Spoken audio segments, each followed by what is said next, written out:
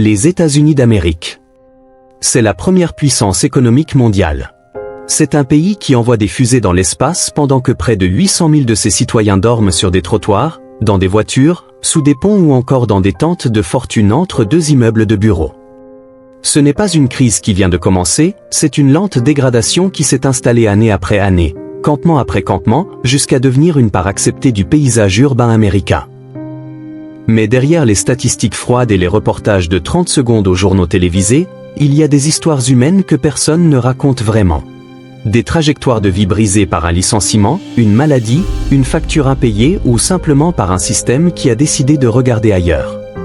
Ce documentaire ne vous montrera ni l'Amérique des cartes postales ni celle des gratte-ciels étincelants et des campus universitaires verdoyants, mais celle des interstices, des zones d'ombre où survivent ceux que la société a oubliés. Nous avons parcouru 5 villes américaines, du nord au sud, de l'est à l'ouest, et ce que vous allez découvrir va bien au-delà de ce que les médias montrent habituellement. Ce n'est pas seulement une crise du logement, ce n'est pas seulement une épidémie de drogue, ce n'est pas seulement un problème de santé mentale. C'est tout cela à la fois, entremêlé, aggravé, amplifié par des décennies de choix politiques qui ont systématiquement privilégié le profit à court terme plutôt que le bien-être humain à long terme. Attachez-vous parce que ce que vous allez découvrir dépasse l'entendement.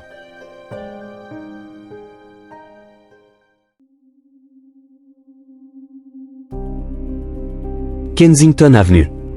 C'est un nom qui résonne désormais dans toute l'Amérique comme le symbole d'une tragédie nationale qui ne dit pas son nom. Si vous tapez ces deux mots sur Google, vous tomberez sur des dizaines de vidéos, des reportages choquants, des images qui ressemblent davantage à des films d'horreur qu'à la réalité d'un quartier américain en 2026. Pourtant, il ne s'agit pas de fiction mais bien de ce qui se passe chaque jour à quelques kilomètres du centre historique de Philadelphie, là où fut signée la déclaration d'indépendance, là où naquit officiellement le rêve américain. L'ironie est glaçante, presque insupportable. Sous les rails du métro aérien qui croise Kensington Avenue s'étend ce que les habitants appellent simplement la zone, un territoire urbain transformé en campement permanent où des centaines de tentes bleues, grises, déchirées par le vent et la pluie, s'alignent le long des trottoirs sur des kilomètres. En janvier 2025, les autorités municipales ont officiellement recensé 5516 personnes sans abri à Philadelphie, ce qui représente une hausse vertigineuse de 40% en à peine un an, et parmi elles, plus d'un tiers se concentre précisément ici, à Kensington, dans ce couloir d'1,5 km où la survie quotidienne se joue entre la quête d'un peu de nourriture, l'évitement des violences et la recherche constante de la prochaine dose qui permettra d'oublier, ne serait-ce que quelques heures, l'horreur de cette existence. Ce qui frappe le plus quand on marche dans Kensington, ce n'est pas seulement la pauvreté visible, c'est la déshumanisation progressive qui s'opère sous les yeux de tous, comme si ces gens avaient cessé d'être des citoyens pour devenir des silhouettes que l'on contourne, des problèmes que l'on espère voir disparaître sans avoir à y penser vraiment. Et puis il y a la drogue, omniprésente et incontournable, il est le fléau qui a transformé ce quartier en mouroir à ciel ouvert. Le fentanyl, cette substance dangereuse créée à l'origine pour soulager les douleurs insoutenables des patients atteints de cancer en phase terminale, est désormais la drogue dominante dans les rues américaines. Il est 50 à 100 fois plus puissant que la morphine et est capable de tuer avec une dose minuscule, plus petite qu'un grain de sel. Mais le fentanyl seul ne suffit plus aux dealers qui cherchent constamment à maximiser leurs profits en coupant leurs produits avec des substances encore moins chères. C'est ainsi qu'est apparu le nouveau cauchemar de Kensington, la xylazine. C'est un tranquillisant vétérinaire utilisé normalement pour endormir les chevaux et les vaches avant une intervention chirurgicale. Mélangé au fentanyl, son effet est prolongé et l'addiction est encore plus profonde et dévastatrice. Les habitants de Kensington l'appellent Trank, et ce surnom innocent cache une réalité absolument terrifiante car lorsque la xylazine pénètre dans le corps humain, elle commence par plonger la personne dans un état de semi-conscience où le temps semble s'arrêter, où les mouvements deviennent impossibles, où le corps reste figé dans des positions improbables pendant des heures. Ensuite, elle tue littéralement les tissus vivants provoquant une nécrose rapide et irréversible. Les médecins des urgences de Philadelphie parlent de plaies qui apparaissent en quelques heures, qui s'étendent en quelques jours, qui rongent la chair jusqu'à l'os en quelques semaines, transformant des bras, des jambes, des torses entiers en masses purulentes et noires qui dégagent une odeur insoutenable et qui ne guérissent jamais, même avec un traitement médical intensif. En 2025, Philadelphie a enregistré près de 192 homicides par balle et 715 blessés par arme à feu, des chiffres qui font les gros titres. Mais dans l'ombre, les overdoses tuent bien davantage, silencieusement, quotidiennement, sans que personne ne s'en aperçoive vraiment. La ville a tenté de réagir, débloquant 100 millions de dollars pour la construction du centre Riverview Wellness Village, qui est un campus de rétablissement censé offrir 300 lits pour le traitement des addictions, avec des équipes médicales, des psychologues, des travailleurs sociaux, tout ce qu'il faut en théorie pour aider les gens à se reconstruire. Mais face aux milliers de personnes qui dorment chaque nuit sous des tentes à Kensington, ces 300 lits apparaissent comme une goutte d'eau dans un océan de détresse. Et beaucoup de ceux qui ont besoin d'aide se heurtent à des listes d'attente qui s'étirent sur des semaines, voire des mois, pendant lesquels ils continuent de se détruire, de souffrir et de mourir. Kensington n'est pas en train de disparaître, bien au contraire, il s'étend, se répand comme une maladie dans les quartiers voisins, et chaque tentative de nettoyage orchestrée par la municipalité ne fait que déplacer le problème de quelques rues, sans jamais le résoudre vraiment. Les gens reviennent, toujours, parce qu'ils n'ont nulle part où aller, parce que les refuges sont pleins, parce que les logements abordables n'existent plus, et parce que dans cette zone, malgré l'horreur, il existe une forme de solidarité entre ceux qui n'ont plus rien, une communauté de survie qui partage le peu qu'elle possède. Un repas, une couverture, une seringue propre, et parfois, un peu d'humanité dans un monde qui a cessé de les voir comme des êtres humains.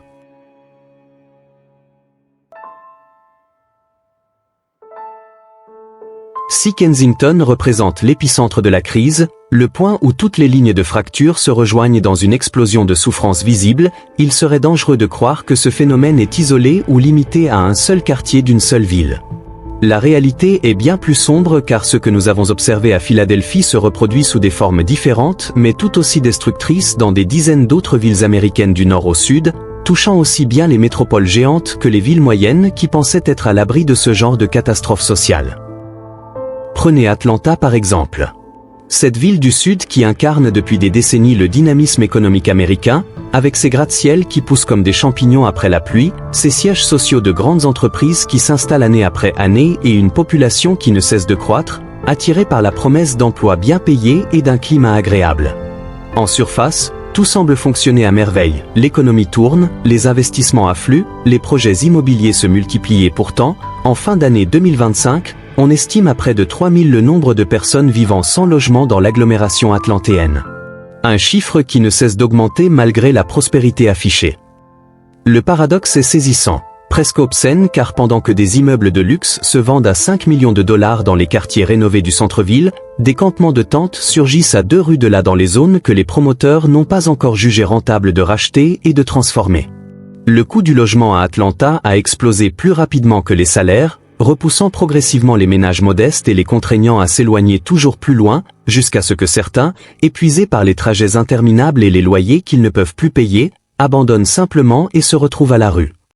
Ce qui rend la situation particulièrement cruelle à Atlanta, c'est que la croissance économique, au lieu de réduire les inégalités comme le promettent souvent les discours politiques, les aggrave en réalité. Les nouveaux emplois créés sont soit très qualifiés et très bien payés, accessibles uniquement à ceux qui ont déjà un diplôme universitaire et un réseau professionnel solide, soit très peu qualifiés et très mal payés, offrant à peine de quoi survivre sans jamais permettre d'accumuler suffisamment d'économies pour faire face à un imprévu. Entre les deux, la classe moyenne traditionnelle s'effrite, disparaît, laissant un gouffre béant qui avale chaque année des milliers de familles qui basculent d'une vie stable à une précarité extrême en quelques mois seulement. Traversons maintenant le pays pour arriver à Fresno, en Californie, au cœur de la vallée centrale qui nourrit littéralement l'Amérique entière avec ses champs à perte de vue, ses vergers d'amandiers, ses vignes qui produisent des raisins secs exportés partout dans le monde. Cette ville, autrefois surnommée la Cité de l'amour par les voyageurs du monde entier qui traversaient ses routes bordées d'arbres fruitiers, est devenue en 2025 un symbole d'une autre réalité. Celle d'une Amérique rurale et semi-urbaine qui s'effondre lentement sous le poids de transformations économiques qu'elle n'a jamais vraiment contrôlées. Aujourd'hui, Fresno compte plus de 4500 personnes sans abri si l'on additionne la ville elle-même et les comtés environnants de Fresno et Madera, ce qui représente presque le double par rapport à 2019, une hausse vertigineuse qui témoigne d'une crise qui s'accélère plutôt que de se résorber. L'histoire de Fresno est en réalité celle de milliers de villes américaines qui ont vu leur économie locale se transformer radicalement en l'espace de quelques décennies.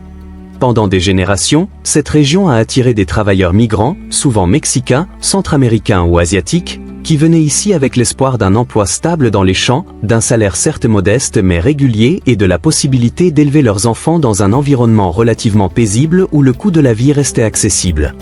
Mais l'agriculture industrielle a progressivement remplacé les bras humains par des machines toujours plus sophistiquées, réduisant drastiquement le nombre d'emplois disponibles. Au même moment, les petites maisons abordables qui caractérisaient autrefois les quartiers ouvriers disparaissaient, rachetées par des investisseurs qui les démolissaient pour construire à la place des complexes résidentiels plus rentables mais inaccessibles pour les anciens habitants. En 2022, une étude menée par le site immobilier Zillow a révélé que le loyer médian d'un appartement d'une chambre à Fresno avait bondi de 40% en une seule année, atteignant 1 540 $ par mois, soit la hausse la plus forte enregistrée dans tout le pays cette année-là. Pour un travailleur avec un salaire d'environ 1 200 $ par mois en travaillant à temps plein, payer un tel loyer est tout simplement impossible, et c'est ainsi que des centaines de familles se sont retrouvées à la rue du jour au lendemain, incapables de suivre cette inflation galopante des prix du logement qui ne correspondait à aucune augmentation équivalente des salaires.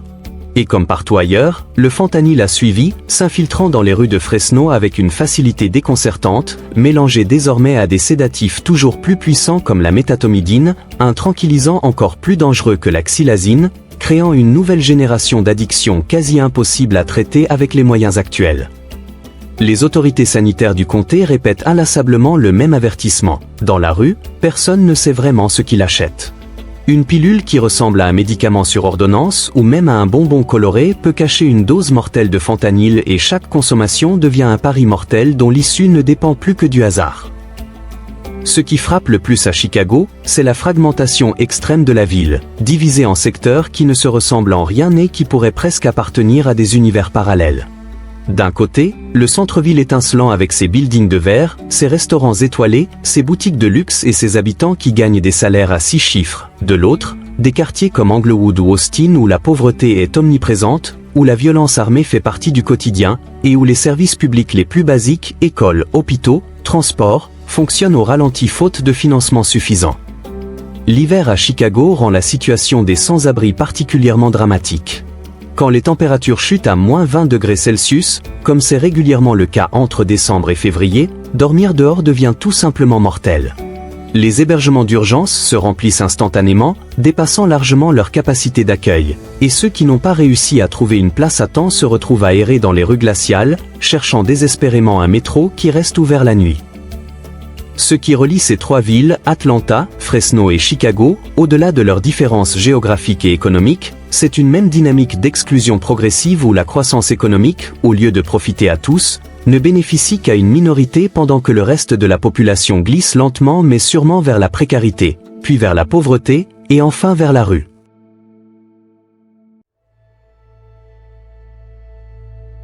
Après avoir parcouru ces villes et rencontré ces hommes et ces femmes dont les vies ont basculé dans le cauchemar du sans-abrisme, une question s'impose avec une urgence douloureuse. Comment en sommes-nous arrivés là ?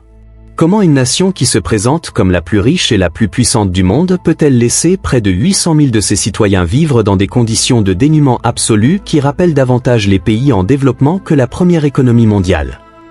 La réponse n'est ni simple ni unique, elle réside dans l'enchevêtrement de plusieurs facteurs structurels qui se sont accumulés sur plusieurs décennies. Commençons par le logement, qui est à la fois la cause la plus évidente et la plus difficile à résoudre de cette crise nationale. En 2023, une étude menée par la National Low Income Housing Coalition a révélé un chiffre absolument stupéfiant. Il manque 7,3 millions de logements abordables aux États-Unis pour répondre aux besoins des foyers les plus pauvres, ce qui signifie que des millions de familles américaines sont condamnées dès le départ à vivre dans l'insécurité permanente, sachant qu'elles ne pourront jamais accéder à un logement stable avec leurs revenus actuels. Pour comprendre l'ampleur du problème, il suffit de regarder les chiffres. À Los Angeles, le loyer médian atteint 2 779 $ par mois. À New York, il grimpe à 3 500 $.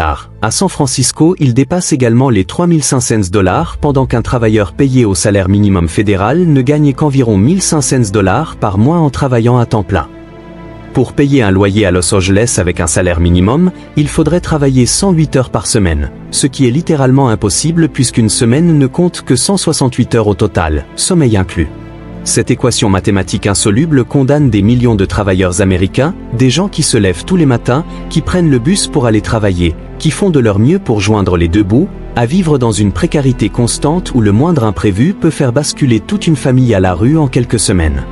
Et pendant ce temps, que font les promoteurs immobiliers ? Ils construisent massivement, c'est vrai, mais ils construisent presque exclusivement des logements de luxe, des condominiums haut de gamme, des appartements avec des finitions premium et des équipements dernier cri parce que c'est là que la marge bénéficiaire est la plus élevée, c'est là que l'investissement est le plus rentable à court terme. Les logements sociaux, eux, stagnent depuis des décennies, sous-financés, mal entretenus, totalement insuffisants pour répondre à la demande qui explose. Le résultat est une absurdité complète. Des villes entières où des immeubles neufs restent à moitié vides parce que les loyers sont trop élevés même pour les classes moyennes supérieures, pendant que des milliers de personnes dorment sur les trottoirs à quelques rues de là. Le second pilier de cette crise, souvent moins visible mais tout aussi destructeur, est l'effondrement complet du système de santé mentale aux États-Unis. Les chiffres parlent d'eux-mêmes. Près de 25% des personnes sans abri dans le pays souffrent de troubles mentaux graves comme la schizophrénie, les troubles bipolaires ou la dépression majeure, tandis que 38% luttent contre des addictions sévères à l'alcool ou aux drogues. Que trouve-t-on sur le terrain pour aider ces personnes ? Des cliniques débordées où il faut attendre 6 mois pour obtenir un premier rendez-vous, des hôpitaux psychiatriques qui refusent des patients faute de lits disponibles, des programmes de désintoxication qui n'acceptent que ceux qui peuvent payer des sommes astronomiques, et pour les autres, il ne reste que la rue comme unique option. À Fresno par exemple, en 2024, tout le comté ne comptait que 30 lits de désintoxication disponibles simultanément, soit un ratio dérisoire d'un conseiller spécialisé en toxicomanie pour 45 personnes en souffrance, bien en dessous des standards minimaux de santé publique.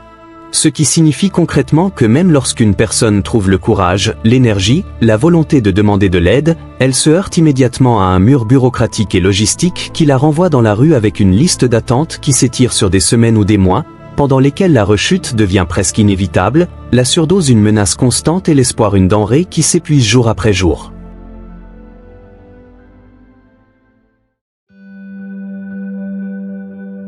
Face à l'ampleur de la catastrophe que nous venons de décrire, il serait tentant de tomber dans le fatalisme et de considérer que la situation est désormais irréversible, que les forces qui ont créé cette crise sont trop puissantes pour être combattues efficacement. Et pourtant, partout dans le pays, des initiatives locales prouvent chaque jour qu'il est possible de faire autrement, qu'il existe des solutions concrètes qui fonctionnent réellement pour sortir des gens de la rue et leur permettre de reconstruire leur vie. Le problème n'est pas l'absence de solutions, c'est leur mise en œuvre à une échelle suffisante pour faire une différence significative au niveau national. Prenons l'exemple de Houston, au Texas, une ville qui a réussi l'exploit remarquable de réduire son nombre de sans-abri de 63% entre 2011 et 2025, une performance unique aux États-Unis qui mérite d'être étudiée en détail. En appliquant systématiquement le principe du « housing first », littéralement le logement d'abord, une approche qui inverse complètement la logique traditionnelle des programmes d'aide aux sans-abri. Au lieu d'exiger des personnes qu'elles règlent d'abord leurs problèmes d'addiction, qu'elles trouvent un emploi, qu'elles suivent une thérapie, pour ensuite mériter peut-être un logement si elles ont prouvé leur bonne volonté, Houston fait exactement l'inverse. On vous donne d'abord un logement stable, un vrai appartement avec une vraie porte qui se ferme à clé. Et ensuite seulement on travaille avec vous sur tous les autres problèmes, l'addiction, la santé mentale, la recherche d'emploi et la reconstruction des liens familiaux.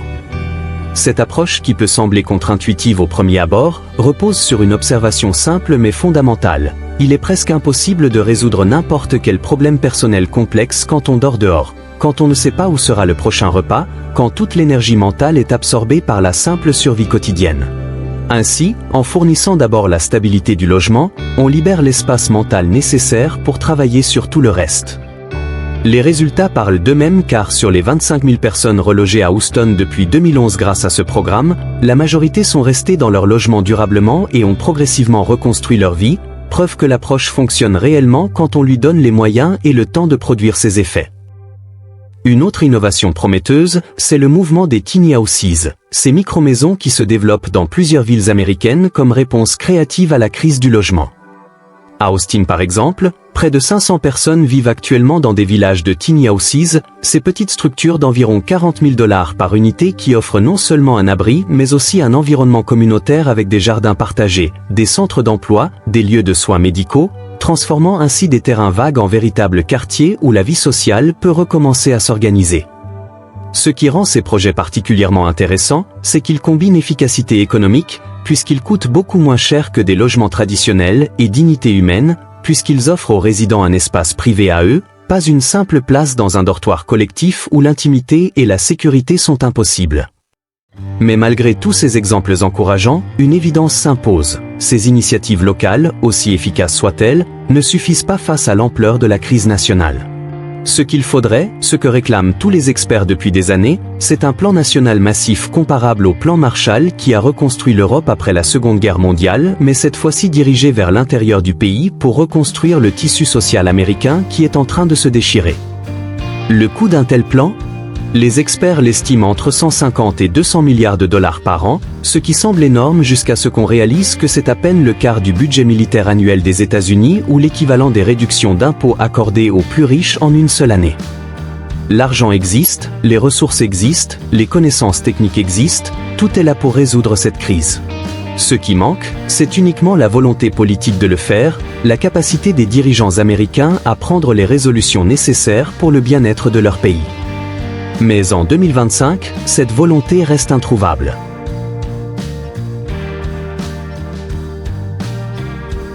Nous voici arrivés au terme de ce voyage à travers l'Amérique des trottoirs, celle qu'on ne montre jamais dans les films, celle qui dérange, celle qui questionne, celle qui force à s'interroger sur ce que signifie vraiment vivre dans une société civilisée au XXIe siècle. Le constat est brutal, difficile à accepter mais impossible à nier. En 2026, les États-Unis d'Amérique, première puissance économique mondiale, pays qui produit plus de richesses que n'importe quel autre sur la planète, ont fait le choix collectif, pas toujours conscient mais néanmoins réel, de laisser près de 800 000 de leurs citoyens vivre et mourir dans la rue. Alors que reste-t-il à dire ? Que l'Amérique de 2026 est à un carrefour, face à un choix qui définira ce qu'elle veut vraiment être comme nation. Soit elle continue sur la trajectoire actuelle, acceptant comme normal et inévitable que des centaines de milliers de ses citoyens vivent dans des conditions de dénuement absolu, et dans ce cas elle abandonne définitivement toute prétention à être une société juste et décente. Soit elle décide de mobiliser les ressources massives qui seraient nécessaires pour résoudre réellement cette crise, et dans ce cas elle pourra peut-être encore prétendre incarner quelque chose qui ressemble aux valeurs qu'elle prétend défendre. Si ce documentaire vous a marqué, si ce documentaire vous a permis de comprendre ce contraste entre le rêve américain et la vraie réalité américaine, alors partagez-le et abonnez-vous afin de soutenir la chaîne pour que nous puissions continuer de vous montrer et de vous expliquer les raisons de ces contrastes de par le monde. Sachez que l'information, c'est-à-dire la connaissance de la vérité, est la première victoire pour la quête de la liberté.